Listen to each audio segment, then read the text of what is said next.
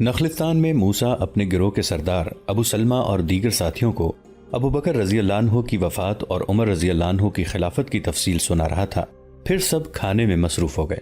اب یہ بتاؤ موسیٰ، ابو سلمہ نے کھانے کے بعد موسیٰ سے پوچھا، تم 2 دن وہاں گزار کر آئے ہو، وہاں تم نے لوگوں کا رد عمل اور رویہ دیکھا ہوگا؟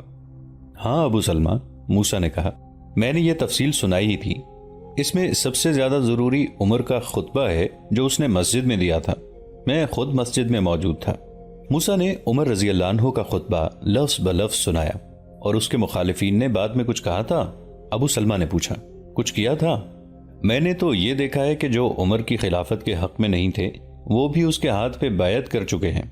موسیٰ نے جواب دیا، میں تمہیں یہ بھی بتا دینا ضروری سمجھتا ہوں کہ عمر کی شخصیت میں ایسا رعب اور جلال ہے کہ اس کی زبان سے نکلا ہوا ہر لفظ اس کے دشمن کے دل میں بھی اتر جاتا ہے اور وہ اس کی بات کو قبول کر لیتا ہے۔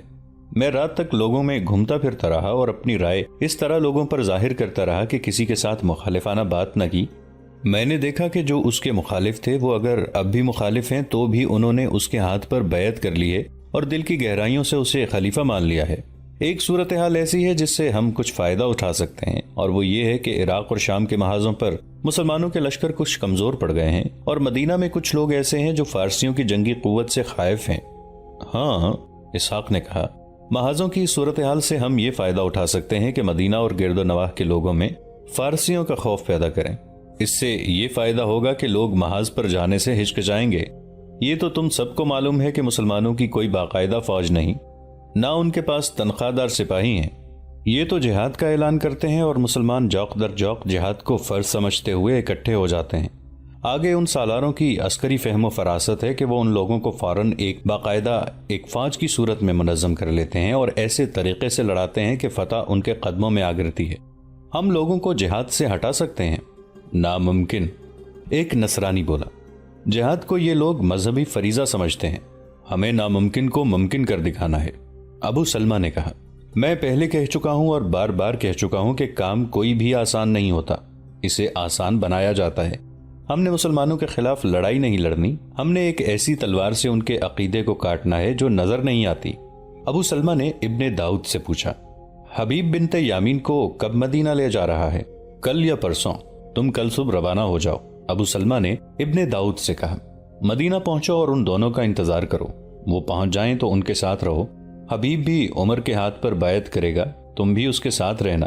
آگے تمہیں معلوم ہے کہ کیا کرنا ہے، ہمارا تمہارے ساتھ رابطہ رہے گا۔ حبیب ابن کعب اپنی نئی بیوی بنت یامین کو ساتھ لے کر مدینہ چلا گیا۔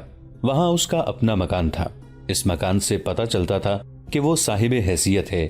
وہ وہاں پہنچا ہی تھا کہ ابن داؤد بھی آ گیا۔ میں تمہارے پاس زیادہ دن نہیں ٹھہروں گا ابن کعب، ابن داؤد نے حبیب سے کہا، میں اپنی بیٹی کو دیکھنے آیا ہوں۔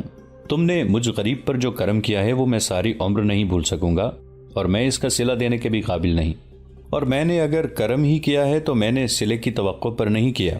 حبیب نے کہا، تم مجھے صلہ دے چکے ہو، بنت یامین سے زیادہ قیمتی اور کیا صلہ ہو سکتا ہے، اور میں امید رکھوں گا کہ یہ میرے ساتھ وفاداری کرے گی۔ میرے باپ نے اپنی بیٹی آپ کے حوالے کی ہے۔ پاس بیٹھی ہوئی بنت یامین نے حبیب سے کہا، اور میں اپنے جسم کے ساتھ اپنی روح بھی آپ کے حوالے کر چکی ہوں۔ میری وفا کو آپ گھر کی 4 دیواری میں نہیں آزما سکیں گے۔ اگر آپ کبھی جہاد پر گئے تو میں آپ کے ساتھ چلوں گی، میری وفا میدان جنگ میں دیکھنا۔ حبیب ابن کعب ہنس پڑا۔ اس ہنسی میں پیار موجزن تھا۔ اس کی یہ بات ہنسی میں نہ ٹالو ابن کعب، ابن داؤد نے کہا، اسے جہاد میں شریک ہونے کا بہت ہی شوق ہے۔ میں نے محمد الرسول اللہ صلی اللہ علیہ وآلہ وسلم کے وصال سے 4-5 چاند پہلے اسلام قبول کر لیا تھا، اور میرا سارا قبیلہ میرا دشمن ہو گیا تھا۔ میں نے تمہیں یہ بات پوری نہیں سنائی تھی، صرف اس بیٹی نے میرا ساتھ دیا اور اسلام قبول کر لیا تھا۔ میرے بیٹے بھی میرے دشمن ہو گئے اور میری بیوی بھی مجھ سے الگ ہو گئی۔ قبیلے والوں نے مجھے بہت مارا پیٹا۔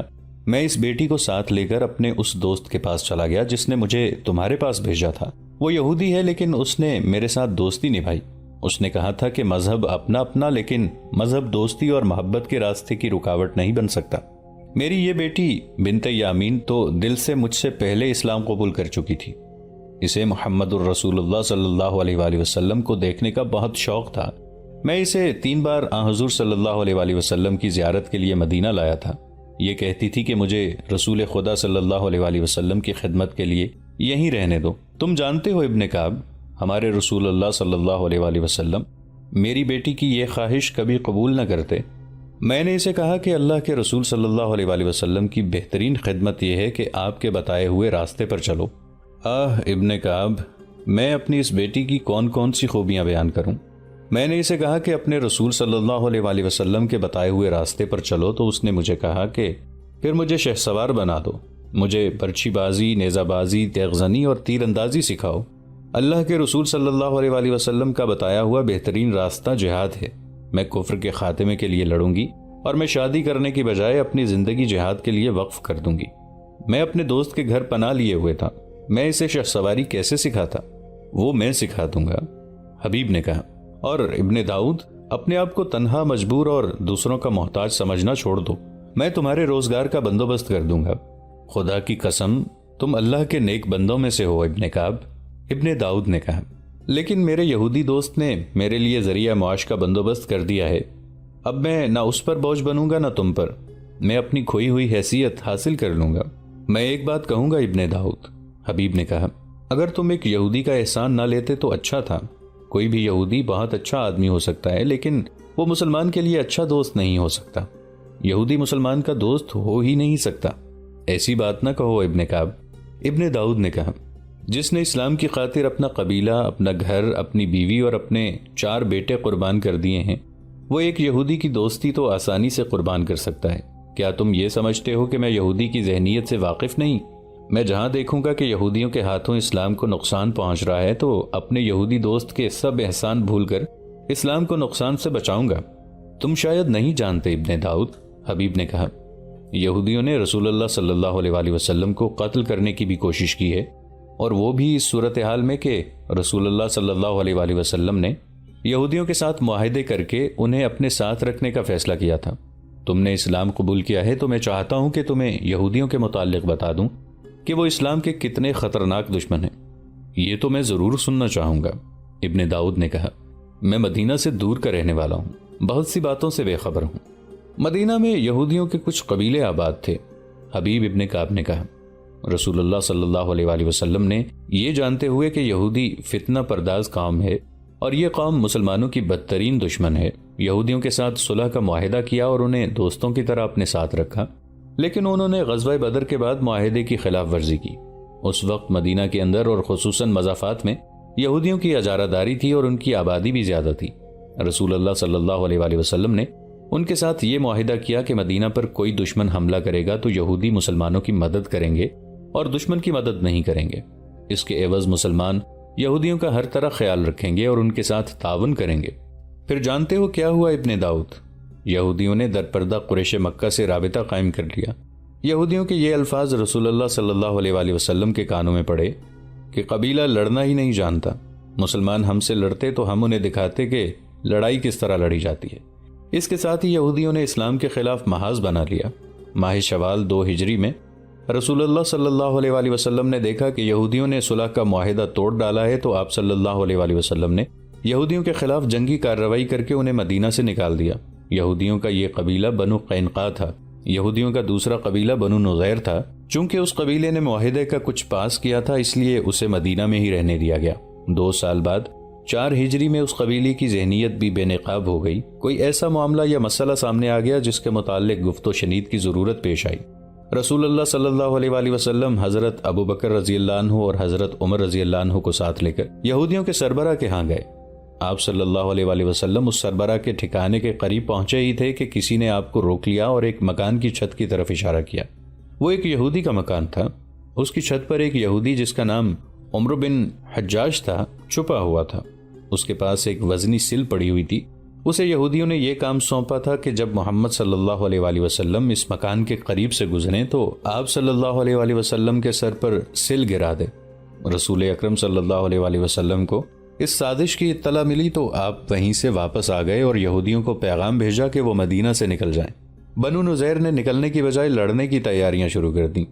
حضور صلی اللہ علیہ وآلہ وسلم کے حکم سے بنو نضیر کو تیاریوں کی حالت میں پکڑا گیا اور یہودی مدینے سے نکالے گئے۔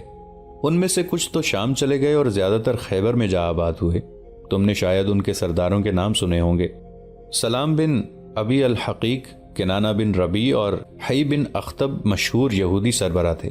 یہ خیبر میں آباد ہوئے اور رسول اللہ صلی اللہ علیہ وآلہ وسلم سے انتقام لینے کی تیاریوں میں مصروف ہو گئے۔ یہودی سازش کے ماہر ہیں، انہوں نے مکہ جا کر قبیلہ قریش کو مسلمانوں کے خلاف بھڑکایا اور دوسرے علاقوں میں بھی گئے اور لوگوں کو مسلمانوں سے یوں خوفزدہ کیا کہ مسلمانوں کو مدینے میں ہی ختم نہ کیا گیا تو یہ سب کو ختم کر دیں گے۔ تم شاید نہیں جانتے ابن داؤد، یہودی کا دماغ سازش کے سوا اور کچھ سوچ ہی نہیں سکتا۔ یہ ایسے پر اثر الفاظ اور ایسے انداز سے لوگوں کو اکساتے اور مشتعل کرتے ہیں کہ ہر کوئی یہودی کی بات کو اپنے دل کی آواز سمجھنے لگتا ہے۔ انہوں نے قبیلہ قریش اور دوسرے قبیلوں کے سامنے اپنی مثال پیش کی کہ یہودی پشت در پشت مدینہ میں رہتے چلے آ رہے تھے۔ تم دیکھ رہے ہو کہ انہوں نے یہودیوں کو گھر سے بے گھر اور وطن سے جلا وطن کر دیا ہے، اور مدینہ میں وہی ایک چند یہودی رہ گئے ہیں جنہوں نے مسلمانوں کی غلامی قبول کر لی ہے۔ ہاں ابن کعب، ابن داؤد نے معصومیت کے لہجے میں کہا، میں یہودیوں کی ذہنیت اور اسلام دشمنی کے متعلق جانتا ہوں، لیکن اتنا نہیں جتنا تم جانتے ہو۔ یہ باتیں مجھے سناؤ۔ میرا اٹھنا بیٹھنا یہودیوں کے ساتھ رہتا ہے، میں ان کی ہر بات کو سچ مان لیا کرتا ہوں۔ کیا تم ساری باتیں سننا پسند کرو گے؟ حبیب نے پوچھا۔ اکتا تو نہیں جاؤ گے؟ نہیں ابن کعب، ابن داؤد نے کہا، میں یہ باتیں سننا چاہتا ہوں، ان سے زیادہ تو مجھے یہ باتیں سننے کا شوق ہے۔ بنت یامین نے کہا، میں جب اسلام کے کسی دشمن کی بات سنتی ہوں تو میرے جسم میں آگ لگ جاتی ہے، میں کہتی ہوں اسے بھی قتل کر دوں۔ یہودیوں سے مجھے اسی لیے نفرت ہے، تم دونوں سننا چاہو یا نہ چاہو۔ حبیب نے کہا، میرا دل آج ایسا بھر آیا ہے کہ یہی باتیں کرتے رہنے کو جی چاہتا ہے۔ یہ باتیں کوئی پرانی باتیں تو نہیں، رسول اللہ صلی اللہ علیہ وآلہ وسلم کے وصال کو ابھی 2 سال اور کچھ مہینے ہی گزرے ہیں، لیکن حضور صلی اللہ علیہ وآلہ وسلم مجھے اپنی آنکھوں کے سامنے گھومتے پھرتے میدان جنگ میں گرجتے برستے، مجاہدین کی قیادت کرتے، سالاروں کو ہدایات دیتے نظر آ رہے ہیں۔ میں نبی آخر الزمان صلی اللہ علیہ وآلہ وسلم کی قیادت میں جنگ خندق میں شامل ہوا تھا۔ تم مدینہ سے دور کے رہنے والے ہو، تم نے شاید سنا ہوگا کہ اہل قریش نے 10,000 کا لشکر اکٹھا کر کے مدینہ پر چڑھائی کر دی تھی۔ یہ 5ویں ہجری کا واقعہ ہے، کل ہی کی تو بات ہے، ابھی 6-7 سال گزرے ہیں۔ مجھے یاد ہے، ابن داؤد نے کہا، یہ خبر کچھ عرصے پہلے میرے گاؤں تک پہنچی تھی۔ اہل قریش ناکام لوٹ گئے تھے۔ وہ ناکام اس لیے لوٹ گئے تھے کہ رسول اللہ صلی اللہ علیہ وآلہ وسلم کے حکم سے مدینہ کے ارد گرد خندق کھود دی گئی تھی۔ حبیب نے کہا، یہ ماہ شوال 5 ہجری کا واقعہ ہے۔ میں تمہیں سنا رہا تھا کہ یہودی مدینہ سے نکالے گئے تو انہوں نے قبیلہ قریش کو اور دوسرے قبیلوں کو بھی مسلمانوں کے خلاف ایسا مشتعل کیا کہ ابو سفیان 10,000 آدمیوں کا لشکر لے کر مدینہ پر چڑھ دوڑا۔ خندق نے اسے آگے بڑھنے نہ دیا۔ اہل قریش اور ان کے ساتھ آئے ہوئے دوسرے قبیلوں نے مدینہ کو 1 ماہ پورا محاصرے میں لیے رکھا۔ انہوں نے خندق عبور کرنے کی بہت کوشش کی لیکن نہ کر سکے۔ رسول اللہ صلی اللہ علیہ وآلہ وسلم نے حکم دیا کہ رات کو خندق کے ساتھ ساتھ پہرا دیا جائے۔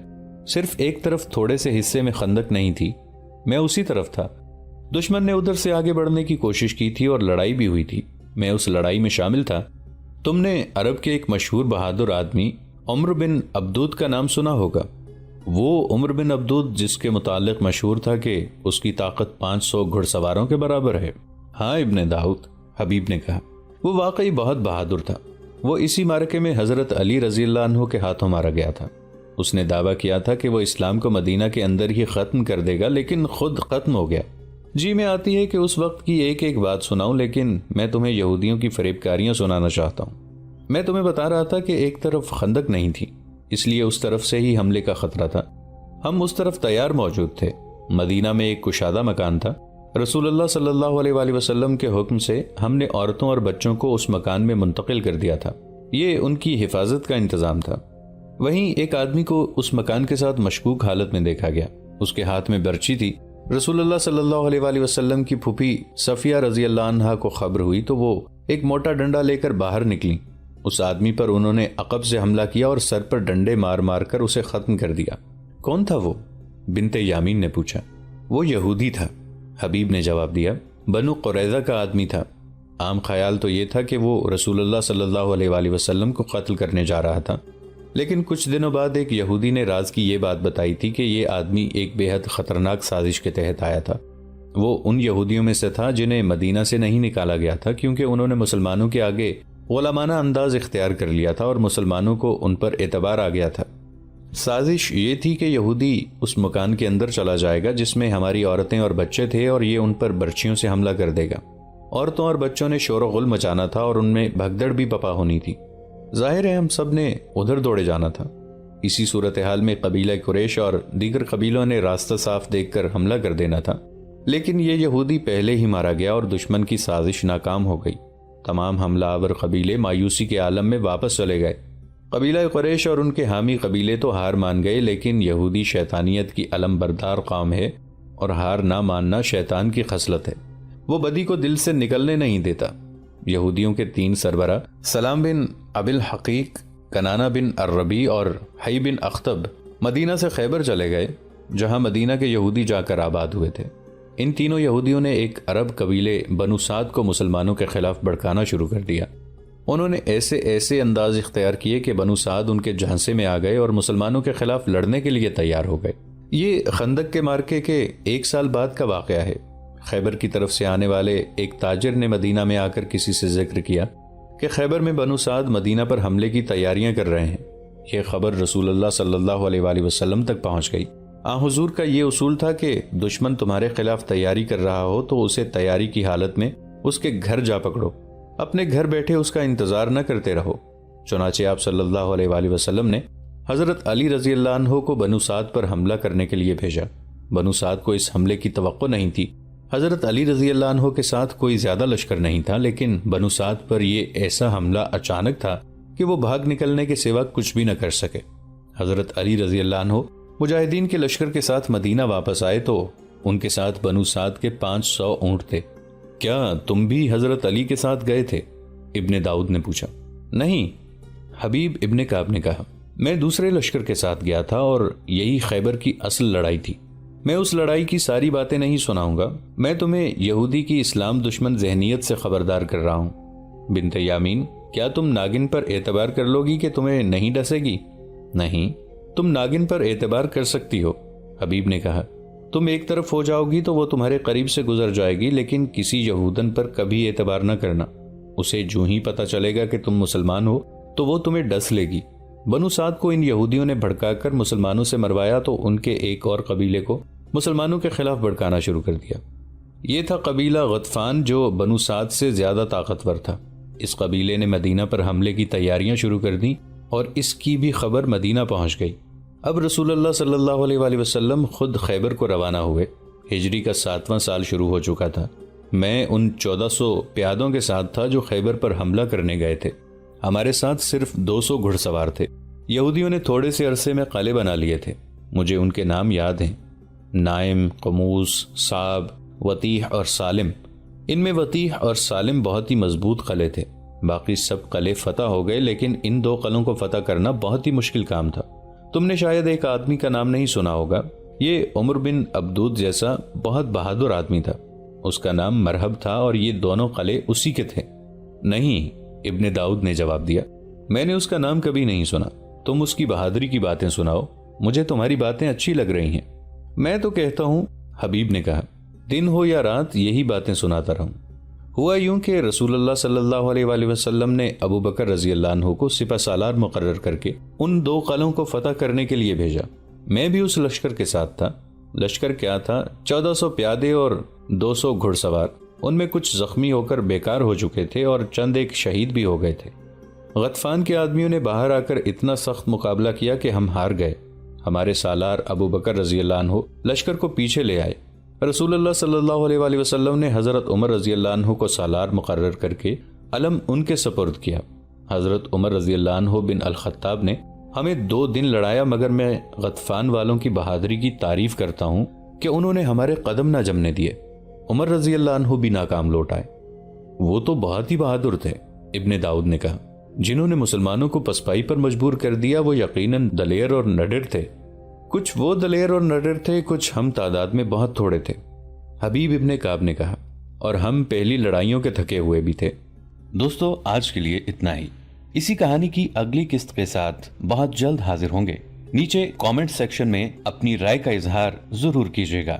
ہمارے اس چینل کو سبسکرائب کر کے نیچے موجود بیل آئیکن کو بھی ضرور کلک کیجیے گا۔